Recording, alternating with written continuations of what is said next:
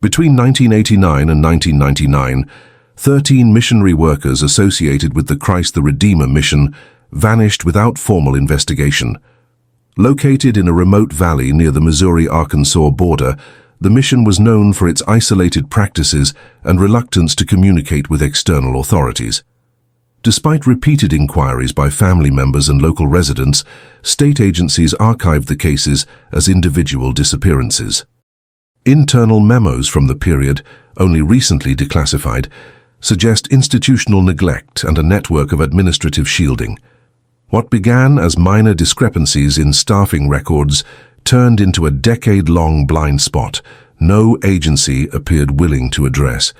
Christ the Redeemer mission presented itself as a self-sustaining spiritual retreat with a strong emphasis on humanitarian outreach and agricultural education. Founded in the early 1970s, it had long been regarded by nearby towns as a peaceful, if insular, operation.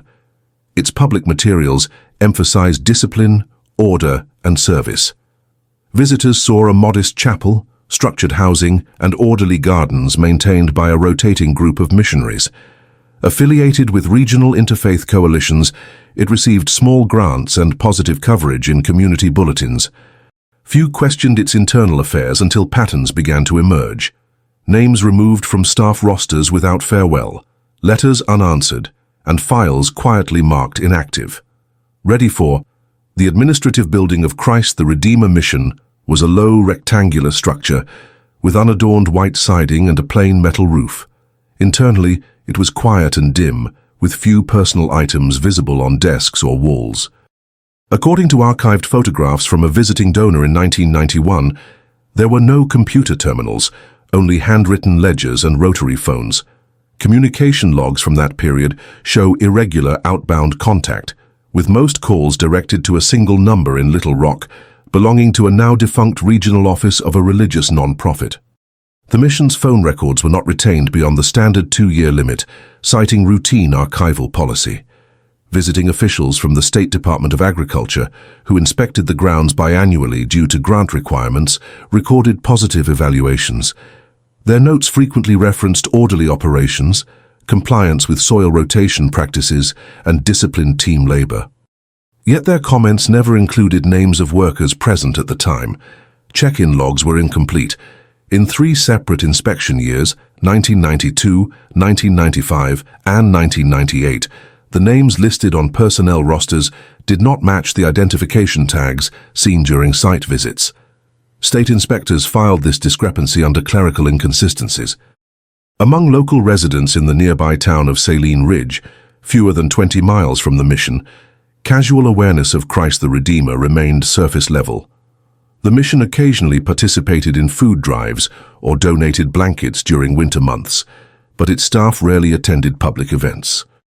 Interviews with longtime residents, conducted years later by a non-profit historical review board, revealed a recurring theme. People knew the name, but not the individuals. They'd show up in pairs, always quiet, said one grocery store clerk who recalled seeing mission members buy large amounts of produce and canned goods. Never introduced themselves, paid in exact change, didn't linger. In 1993, a temporary worker named Lydia Hallstrom was stationed at Christ the Redeemer through a regional service exchange program. Originally from Illinois, Hallstrom had a 6-month placement as part of a non-profit workforce initiative. She documented her experience in letters to her brother, some of which were retained and later analyzed. Her correspondence described a rigid schedule: rising at 5, group meal preparation, assigned maintenance tasks, and a weekly evening assembly described as order briefings. Hallstrom's letters noted few personal interactions. She referred to supervisors only by first initials and mentioned being asked not to speak during meals. She departed the program after completing her term, citing unease, but no specific grievances. Her experience was not considered irregular at the time. Funding sources for Christ the Redeemer were modest and traceable, a combination of religious organizations, private donors, and one federal grant supported operations through the 1990s. The federal funds administered under the Rural Community Support Act of 1987 required basic transparency for eligibility. According to internal audits conducted in 1994 and 1997, the mission met those thresholds. However, audits focused primarily on expenditure categories and not on personnel verification. One of the earliest signs that something was wrong came from within a partner organization. In 1995, a staff member at the Missouri Regional Faith Workers Bureau submitted a quiet query to the state registrar's office about the whereabouts of a missionary named Edward Blanche. Blanche had last been assigned to Christ the Redeemer 2 years earlier. The mission's administrative response was brief, stating that Blanche had elected to relocate independently. No forwarding information was provided. Similar language appeared in at least 6 other archived responses regarding departed missionaries between 1992 and 1999. Each reply stated that the individual had chosen to leave and that no further updates were available. These letters were typed on identical letterhead with identical phrasing regardless of the year. None bore personal signatures, only a stamped emblem labeled Office of Coordination.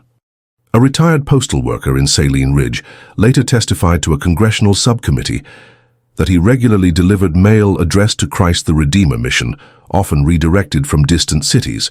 Some packages were marked Return to Sender within days. Others, he recalled, were accepted but never sent back out. Parcel tracking logs were not required for missions of its designation, and no formal investigation was triggered. Efforts to cross-reference the names of the 13 individuals who disappeared from 1989 to 1999 with employment records revealed inconsistencies. Some names never appeared in payroll documentation. Others were listed only once, often in marginal notes, or as part of a training seminar roster. The original training sessions held at an affiliated site near Bentonville had no photos and minimal attendance records. One session listed 4 names now known to be among the 13. In 1998, an internal memo from a program coordinator in St. Louis noted that Christ the Redeemer had stopped responding to supply confirmations. A field visit was scheduled but cancelled without explanation. The following year, the coordinator resigned and no follow-up was initiated. When asked about the lapse years later, a representative of the parent organization stated that it had been a period of transition and that oversight had shifted to an unnamed partner. No documentation confirmed the handoff. By the end of the decade, the mission ceased submitting annual reports altogether.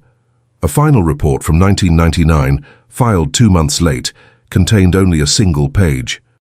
It included a summary of activities written in general terms, stating that personnel shifts and relocations reflect evolving institutional goals. No names were mentioned. After 1999, Christ the Redeemer mission remained operational in name only. Its physical structures stood for another 5 years before the land was rezoned and leased to a private agricultural cooperative. No formal closure notice was ever published. During that 5-year window, no new missionaries were documented as arriving or departing. A field researcher visiting the site in 2004 found the chapel locked, the administrative building vacant, and the staff quarters partially dismantled. Local records show no official sale of furnishings or redistribution of property. When a salvage company cleared the premises in 2005, they were instructed to discard all paper materials without review. According to their invoice, these materials filled 16 standard storage boxes, which were incinerated within 2 weeks. The State Historical Archive attempted to recover secondary materials through donor institutions, but found only generic brochures and budget summaries. By 2006, the Christ the Redeemer mission existed only in select correspondence files and scattered testimonies. Yet for those who had family members listed among the 13, absence of closure became its own form of persistence. In 1991, a mid-level coordinator at the Office of Interfaith Rural Operations in Springfield submitted a formal request to visit Christ the Redeemer mission for an on-site review. The request was prompted not by suspicion, but by a procedural irregularity. The mission had failed to attend a required quarterly meeting in Jefferson County and had not submitted a reason for absence. According to internal scheduling logs, the coordinator's request was acknowledged by phone, but never confirmed in writing. The visit never took place. The absence was marked as excused by a senior official whose name was later redacted in archival records. That same year, the Department of Volunteer Accreditation in Kansas City began transitioning its database from analog records to digital logs. During the transfer, a technician noticed duplicative entries for two individuals previously affiliated with Christ the Redeemer. Both entries had identical service dates, identical birth dates, but differed in assignment locations. One was listed as working in Pulaski County, Missouri. The other, under the same name and dates, was recorded in Logan County, Arkansas. There was no record of travel or reassignment. The discrepancy was noted and flagged, but no audit followed. In 1994, a support coordinator at a neighboring mission in the Ozarks submitted a written concern regarding unreturned correspondence. The letter, directed to an oversight liaison at the Interfaith Regional Hub in Little Rock, stated that for over 4 months, messages and supply requests to Christ the Redeemer had gone unanswered.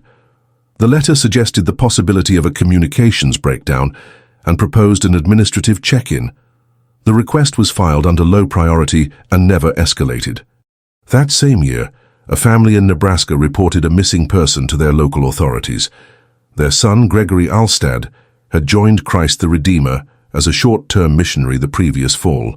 His last communication, a letter dated October 12, 1993, expressed satisfaction with the work and included a return address at the mission's administrative office. After that, no further contact was made. The family's inquiry reached the Arkansas State Liaison Office by spring. In response, the mission issued a one-sentence statement. Gregory Alstad completed his term and departed. No date or forwarding address was given.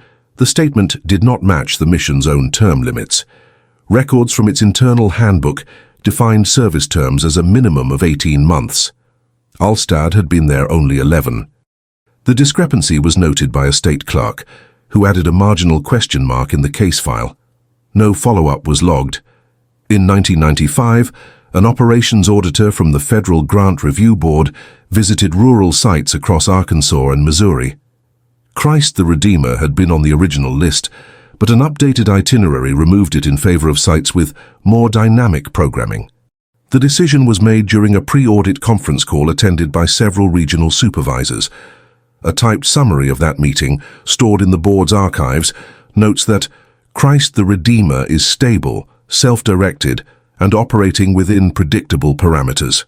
A year later, a regional index compiled by the Central Archive for Faith-Based Labor noted that Christ the Redeemer had not submitted annual photographs of its workers, a requirement for all institutions receiving federal or regional backing. These images were part of a transparency initiative designed to help small missions maintain public accountability. Christ the Redeemer claimed its camera equipment was outdated and that replacement parts were delayed. A waiver was granted. In 1996, a change in local leadership within the Saline Ridge City Council led to a short-lived attempt to map the area's religious institutions for a community outreach fair. An intern tasked with the project called the mission to inquire about participation. According to her phone log, she spoke to a man who identified himself only as Brother T. He declined, stating that the mission was not active in promotional initiatives. When asked about the number of current staff members, he paused, then said, "Fluctuating." The intern wrote a short note describing the call as curt but non-confrontational. The mission did not respond to follow-up messages. It did not appear on the final map. Between 1996 and 1998, a pattern of personnel silence became more evident. Requests for certifications, letters of service or references related to former mission workers often went unanswered. In some cases, return mail was marked undeliverable, despite being addressed to verified locations. A human resources officer at a faith-based placement agency in Tulsa compiled a short list of names for whom no reference could be obtained. 3 of those names later appeared on the list of 13 unaccounted missionaries. In 1997, a routine check by the state's Environmental Inspection Agency noted that Christ the Redeemer had not filed its water usage report.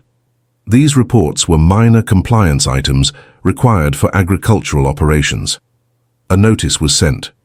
The mission responded 2 weeks later with a handwritten form and a signature that was partially illegible. The file included no other information. That same year, a local agricultural technician tasked with inspecting irrigation systems visited the site without prior appointment. According to his written testimony filed later with the State Board of Compliance, the technician arrived at midday and was met by 2 individuals who declined to give their names. They directed him to the fields, accompanied him briefly, then left without further interaction. He described the fields as tidy, maintained, unoccupied. His report concluded that water usage was within standard ranges, but noted minimal activity observed. In 1998, a temporary data reconciliation project at the State Labor Division attempted to match non-profit service logs with payroll reports.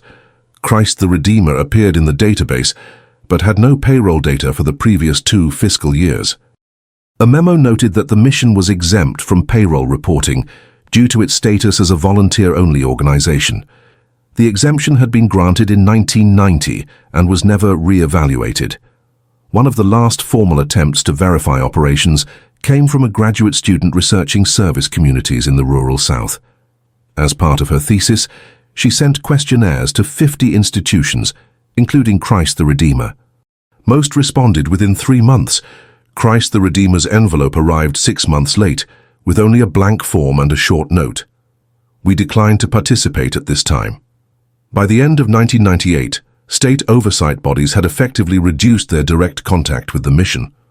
Most inquiries were answered by form letters, and site visits were quietly removed from rotational planning. The lack of red flags, combined with minimal complaints, resulted in an administrative assumption of normalcy. Institutions that did not actively request support or display dysfunction were often deprioritized under budget constraints. The following spring, in early 1999, the final supply request submitted by Christ the Redeemer listed no names.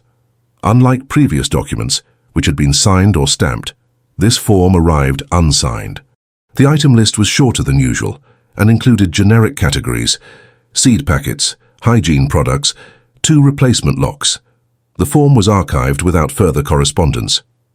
In mid-1999, a discrepancy emerged during an audit of shared housing arrangements used by interfaith mission programs across southern Missouri. The audit, initiated by a cooperative funding partner in Jefferson County, was part of an internal review of asset utilization. When examining the Christ the Redeemer mission's declared capacity, the numbers showed inconsistencies. The mission claimed to house up to 30 individuals at peak capacity. However, the water usage and food distribution records suggested fewer than 10 residents over the previous 6 months. The audit flagged the anomaly, but offered a plausible explanation: seasonal fluctuation or unreported relocation. Due to limited resources, no follow-up was assigned. The file was marked non-critical variance. A note appended to the record stated that further clarification would be unnecessary unless future claims triggered an overage. In the same year, a regional volunteer placement agency attempted to send a group of 4 candidates to Christ the Redeemer as part of a standard rotation. The mission declined the placement, citing internal consolidation. This phrase had not appeared in any previous communication. A representative of the agency, unfamiliar with the term in that context, called the mission directly. A recorded voicemail answered the call. The message identified the mission and stated that all inquiries should be directed to the central office, without giving an address or name. The agency reallocated the candidates elsewhere. During that same quarter, the parent non-profit overseeing faith-based agricultural missions restructured its directory. Christ the Redeemer missions page was reduced to a single line of text: operations suspended until further notice. No explanation followed. An official inquiry was made by the advisory board but received no reply. The entry remained in the printed guide for 2 additional years before being removed. Later in 1999, the final federal funding allotment for Christ the Redeemer mission was marked unclaimed. These funds, intended for seasonal equipment upgrades, were never drawn. The grant administrator in Little Rock attempted to initiate contact to resolve the status, but all communications were returned with a label: location no longer under operation.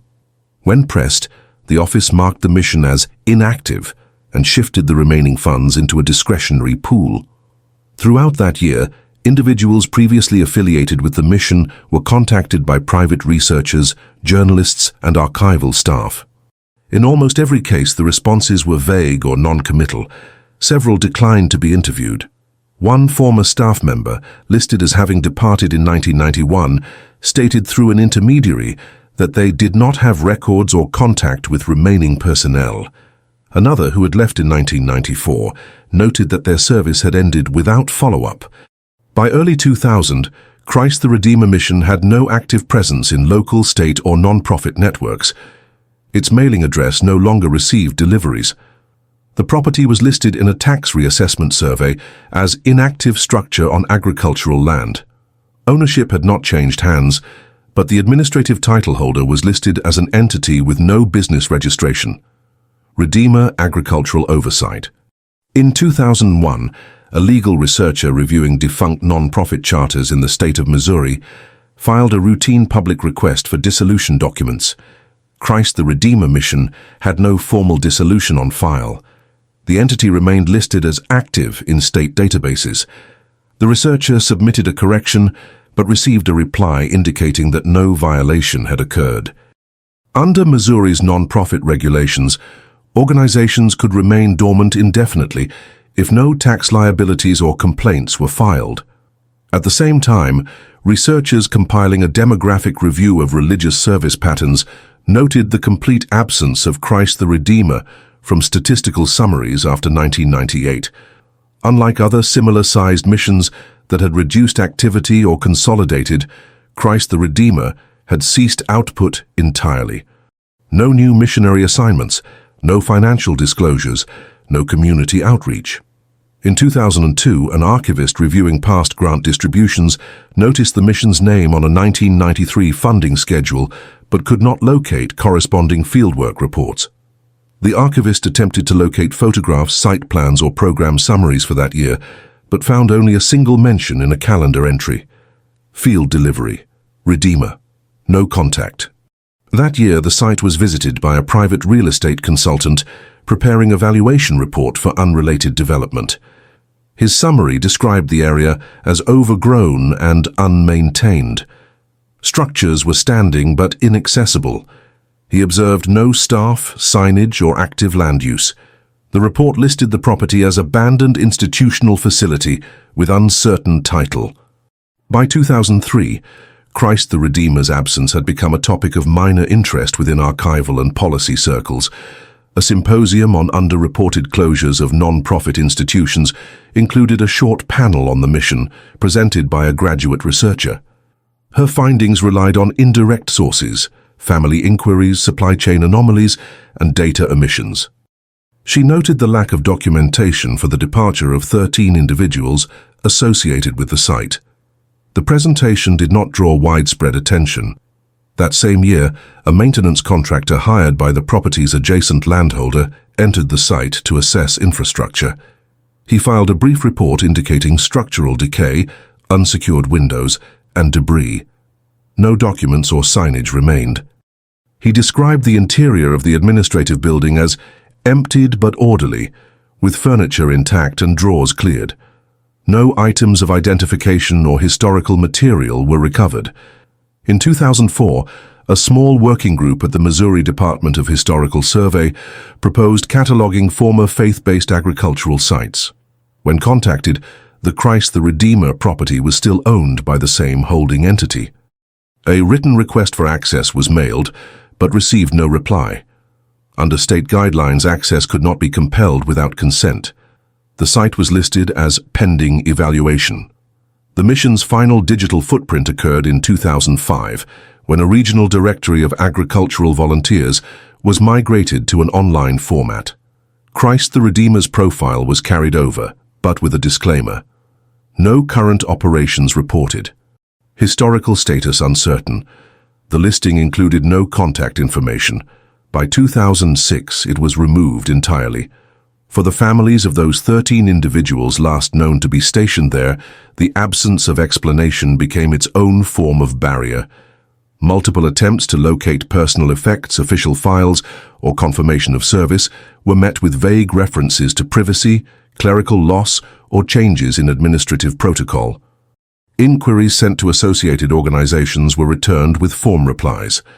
The case of Christ the Redeemer mission never reached a court, committee, or formal board of inquiry. No criminal investigations were opened. No malfeasance was alleged.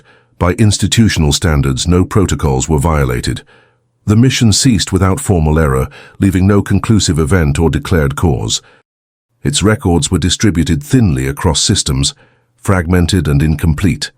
In 2007, a volunteer with the National Archival Correspondence Initiative began assembling data for a retrospective on defunct non-profit missions in the interior South. Among the documents reviewed were paper records from the Interfaith Resource Repository, which included early rosters submitted by Christ the Redeemer mission.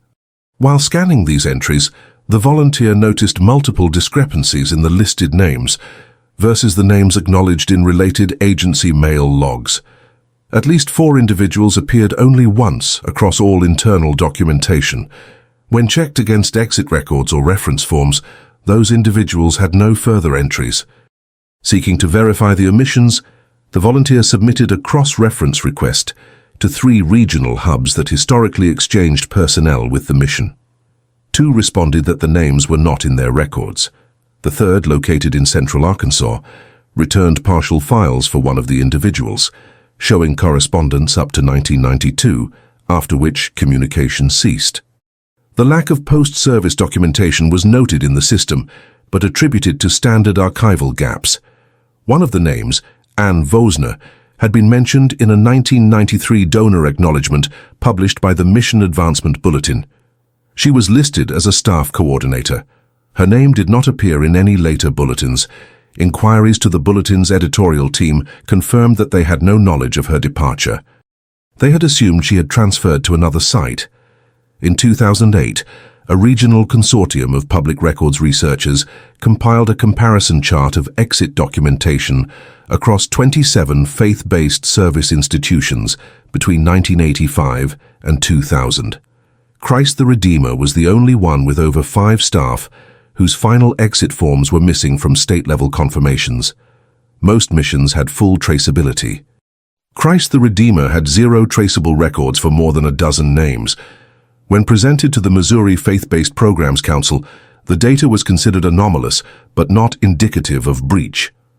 The explanation provided in a joint statement was that Christ the Redeemer had operated under a unique structure, minimizing written protocols in favor of oral delegation and shared task tracking.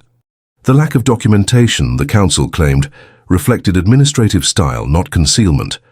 In 2010, an independent study by the Rural Operations Transparency Working Group sought to confirm the presence or absence of central personnel files for all grant-backed missions that had closed between 1980 and 2000. Of the 136 sites listed, 135 had stored materials archived or assigned to successor organizations. Only Christ the Redeemer had no successor entity and no transferred archive. The study identified a gap between 1992 and 1999 in which no photographic records, testimonial letters, or training materials were produced. This contradicted expectations based on federal requirements for documentation under the Rural Engagement Compliance Agreement. The working group submitted a written recommendation that future funding applicants be required to provide certified archival transition plans. No retroactive investigation was proposed. Around the same period, an unrelated legal project involving property rights uncovered an irregularity in land ownership records for the mission site. A legal intern conducting boundary verifications found that the parcel containing the staff dormitory had been split off from the main property in 1995 under an entity named Agricultural Tranquility Partnership. This entity was registered for only 1 year, filed no tax returns, and dissolved without a successor. The transaction was legally valid but left no operational trace. A senior analyst at the State Commission for Land Use Patterns noted that this kind of maneuver was not illegal, but was rarely used by non-profit institutions unless preparing for divestiture or structural dissolution. No such steps were taken in this case. The land reverted to the original title holder by 1997, without any transaction recorded. In 2011, the National Service History Registry received a query from a genealogy researcher attempting to track the movements of a relative last known to be stationed at Christ the Redeemer in 1994. The registry found no digital or analog trace of the individual's placement, despite a known service term and a home address on file. Upon internal review, a supervisor at the registry discovered that several years of inbound mail from Christ the Redeemer had been marked as non-indexable due to missing form identifiers. These envelopes, while logged, had never been opened or processed. A box containing them remained in off-site storage. When the materials were examined, they included partial rosters, form letters, and attendance slips. However, none of the documents contained full dates or signatures. Most were typed without headers, and no identifying marks indicated authorship. Several forms contained the same phrases used in past correspondence: voluntary departure, personnel transfer complete, and independent relocation. The repetition of these phrases, combined with the absence of unique detail, led registry staff to conclude that the forms had been pre-prepared or duplicated without personalization. There was no evidence of specific incident reporting, conflict resolution, or disciplinary action in the contents. The materials were scanned and filed, but due to incomplete data, they were not added to the searchable database. The researcher was informed that no formal record could be issued. In 2012, a private historian reviewing anomalies in non-profit compliance suggested that Christ the Redeemer represented an administrative blind spot. In a conference presentation, he outlined how overlapping exemptions, minimal external interaction, and absence of whistleblower infrastructure allowed certain institutions to fade from review. He labeled Christ the Redeemer as an example of structural opacity reinforced by procedural indifference. The presentation generated limited discussion, but was archived in the university's collection on historical oversight lapses. In the following year, a retired program coordinator from the Interfaith Agricultural Union published an essay reflecting on missions that had closed without formal handoff. In one section, she referred to an unnamed site that had quietly completed its functional timeline without distress signal or preservation effort. Although not named, the timeline and context closely aligned with Christ the Redeemer.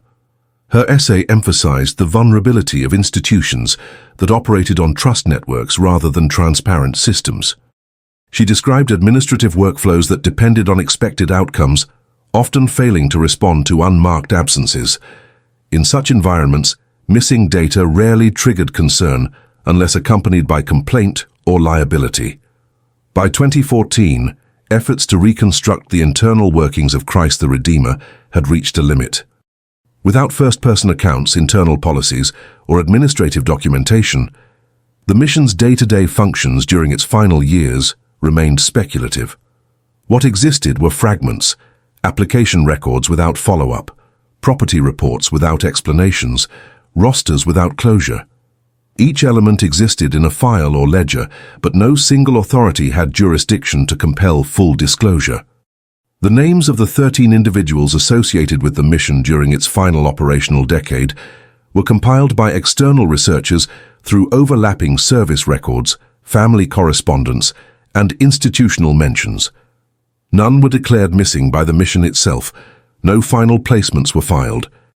In late 2014, a researcher affiliated with the Public Documentation Cooperative initiated a review of rural mission closures across 5 counties. When tracing the operational end of Christ the Redeemer, she located a transportation manifest from 1999 showing a shipment of goods from the mission to a depot in Monroe County. The manifest listed standard items, crates of dried foods, boxed linens, and unused educational supplies. No individuals were referenced. The shipment had been accepted and distributed by a donation clearinghouse that had since ceased operations. The address used on the form corresponded to the main building at Christ the Redeemer. However, the sender's name had been left blank, and the form bore only a dated stamp and an identification number. The number matched a set used during that quarter by 3 other missions, making it difficult to verify authorship. Attempts to contact staff from the receiving depot yielded no results. The organization's archive had been destroyed following a flood in 2003. With no surviving delivery confirmation logs or receipts, the chain of custody for the items ended there. In 2015, a non-profit oversight initiative known as Project Mirror attempted to create a unified timeline for closed institutions with unresolved personnel status. Their methodology relied on triangulating public records, third-party correspondence, and indirect data trails. Christ the Redeemer was included due to the unexplained absence of closure documentation and the presence of names lacking certified departure or reassignment. One of the more unusual findings came from a 1996 insurance liability form filed under the name of a subcontractor, providing grounds maintenance to the mission. The form indicated the presence of 22 personnel on site during an equipment delivery. This number was not reconciled with food allotments or water reports filed for that month, both of which suggested fewer than 10 active individuals. The contractor, contacted years later, had no specific memory of the visit. His only comment was that the delivery had taken place during a transitional period, as the mission had recently stopped doing tours and had become more internal. No additional insight was offered. Further inconsistencies emerged when reviewing supply requests. Forms filed in 1997 and 1998 listed large orders for items not easily associated with a small declining facility. Orders included educational pamphlets, identification tags, and blank forms used for staff orientation. These documents were sent to the regional distribution office, processed and delivered without question. The receiving mission acknowledged the items, but provided no details regarding use or distribution. By 2016, Project Mirror had compiled enough data to draft a preliminary pattern analysis. Their report emphasized the narrow window in which all 13 names disappeared from public records. Though spread across nearly a decade, most last contacts clustered within a 4-year span. Each individual had entered service, completed initial placement, and participated in correspondence or community activities. Each then ceased documented activity without known cause. The report did not speculate on motive or outcome. It focused solely on procedural oversight, concluding that the overlapping exemptions granted to Christ the Redeemer, along with its administrative distance from centralized databases, created a situation in which accountability could not be maintained. A local librarian in Saline Ridge, reading the report in 2017, recalled storing several boxes donated by the mission during its final years. The boxes had been shelved without cataloging and left undisturbed in basement storage. Upon examination, they were found to contain miscellaneous printed materials, outdated religious tracts, blank journals, and bulk-ordered stationery. No personal documents, rosters, or photos were inside. One box, however, contained a ledger with handwritten entries from 1992 through 1994. The entries recorded daily schedules and task assignments. Names were abbreviated. No surnames appeared. The handwriting varied across entries, suggesting multiple contributors. On the final pages, several dates were marked reassigned.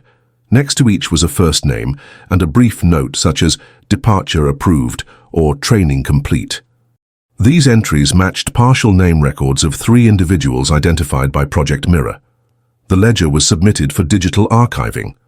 While insufficient to provide legal clarity, it supported prior conclusions that certain individuals had been acknowledged as present but not formally tracked beyond a set point. Later that year, a former interfaith program administrator provided a personal archive containing newsletters and bulletins from Christ the Redeemer's early years. Among these were group photos and introductory articles profiling new staff. A side-by-side analysis showed that some of the individuals who later vanished had appeared in these early materials. However, no departure updates were ever published. One photo, taken during a fall harvest in 1991, depicted 11 individuals in work uniforms. The image was uncaptioned, but 2 were identified through comparison with known images from separate service records. Neither appeared in any subsequent newsletters or community correspondence. In 2018, A minor grant allowed for the creation of an online repository for institutions that had closed without full personnel traceability. Christ the Redeemer was given a dedicated page, summarizing known information. The page included names, partial service timelines, and a call for public submissions. Within 3 months, 2 responses were received from individuals who had visited the site during its operational years. Both respondents described a structured environment with consistent routines. Neither recalled being introduced to long-term staff. Meals were communal, but quiet. Movement across the grounds was coordinated. Visitors were assigned guides who provided only basic information. Both visitors left within 48 hours and did not return. Their comments, while not conclusive, aligned with prior characterizations of the mission as closed in practice, if not policy. In 2019, a retired clerical worker at the state's Volunteer Coordination Bureau came forward with a box of surplus microfilm reels from the 1990s. The reels included scanned logs of mailing invoices, training confirmations, and onboarding acknowledgements. Several of the 13 names were present in these files, each marked as having completed orientation. However, no follow-up entries were logged. The clerk noted that such follow-up would have been standard, particularly for missions with multi-year placements. In their absence, the files were closed after 3 years, per policy. No further inquiry was required. By 2020, institutional memory of Christ the Redeemer had faded. Only a few remaining administrators or coordinators had worked during its operational years. Most affiliated agencies had merged, dissolved, or restructured. The name appeared only in archival indices or in occasional research projects focused on institutional disappearance.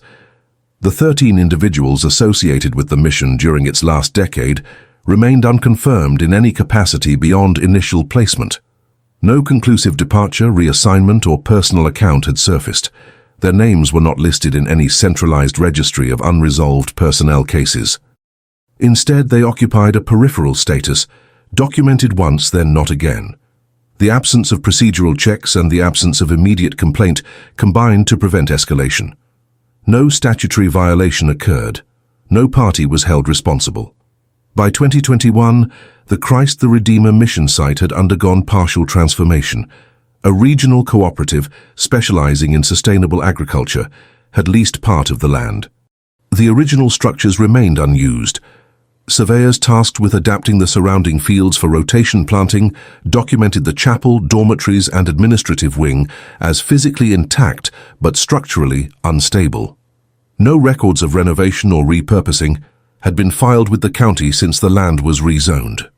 A preservation group from Little Rock submitted a grant proposal to document the site as part of a larger effort to catalogue post-agrarian institutions.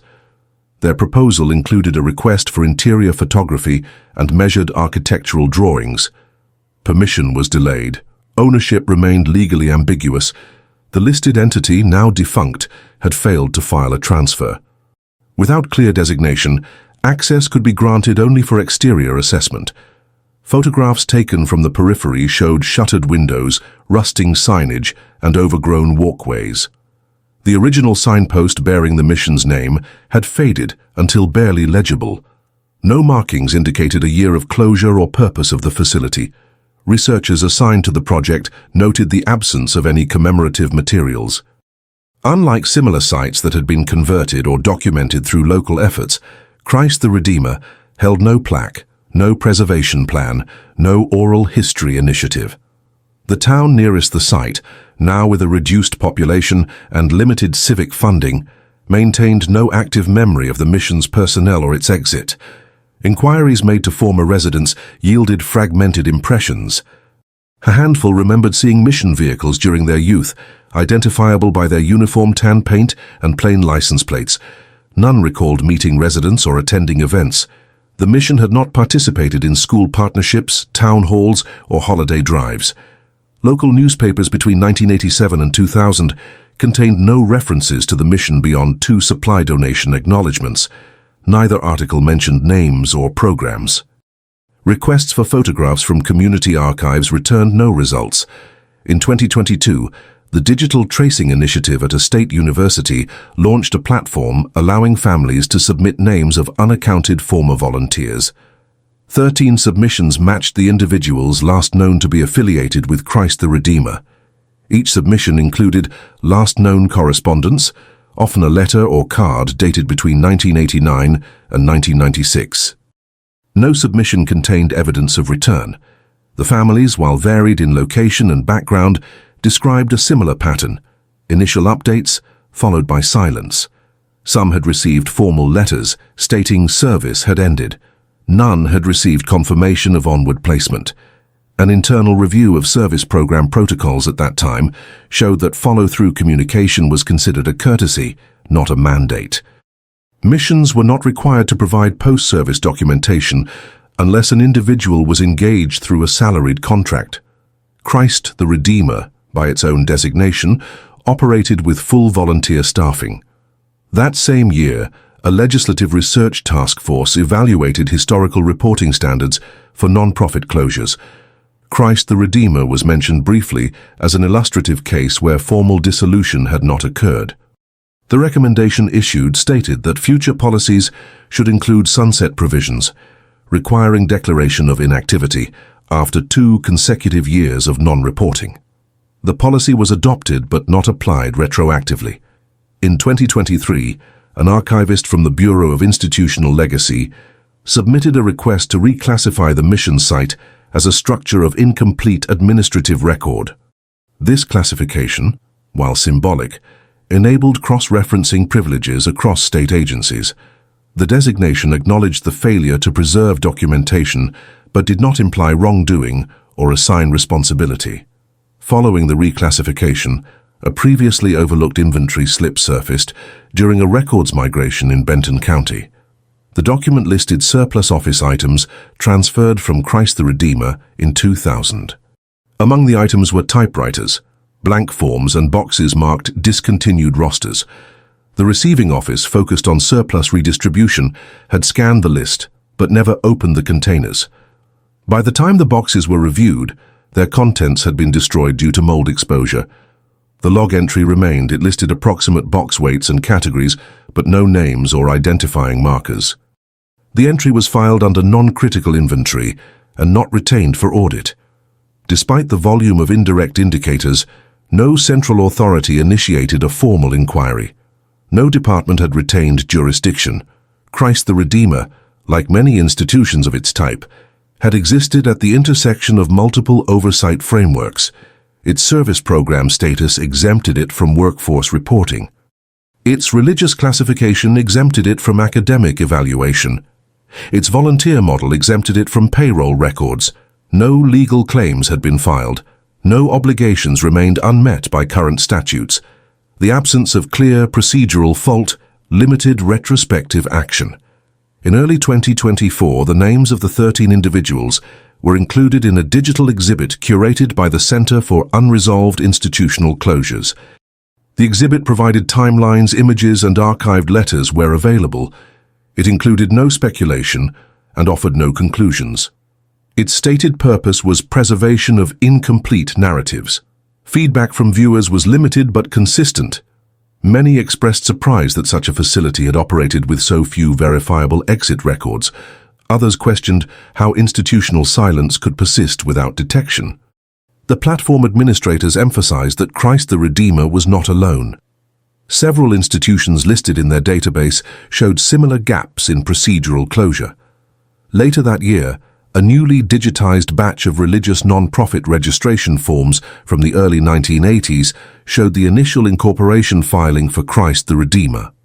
The form listed a post office box as the principal address and named 3 board members. None of those names appeared in subsequent filings. Efforts to trace the individuals resulted in 1 confirmed retirement, 1 unlocatable record, and 1 death certificate issued in 1998. No further board meetings were documented. The non-profit status was maintained through automatic renewal until the early 2000s, when failure to file triggered administrative dissolution. In the spring of 2024, a legislative subcommittee evaluating long-term gaps in non-profit records requested a sample study of institutions that had ceased functioning without issuing public statements. Christ the Redeemer mission was included due to the cumulative absence of closure documentation, personnel tracking, or archive donation. The subcommittee's report acknowledged that no legal obligation had been neglected, but noted a systemic deficiency in maintaining interagency awareness of operational changes. The report suggested, without assigning fault, that structural opacity had enabled institutions to cease without institutional memory or archival capture.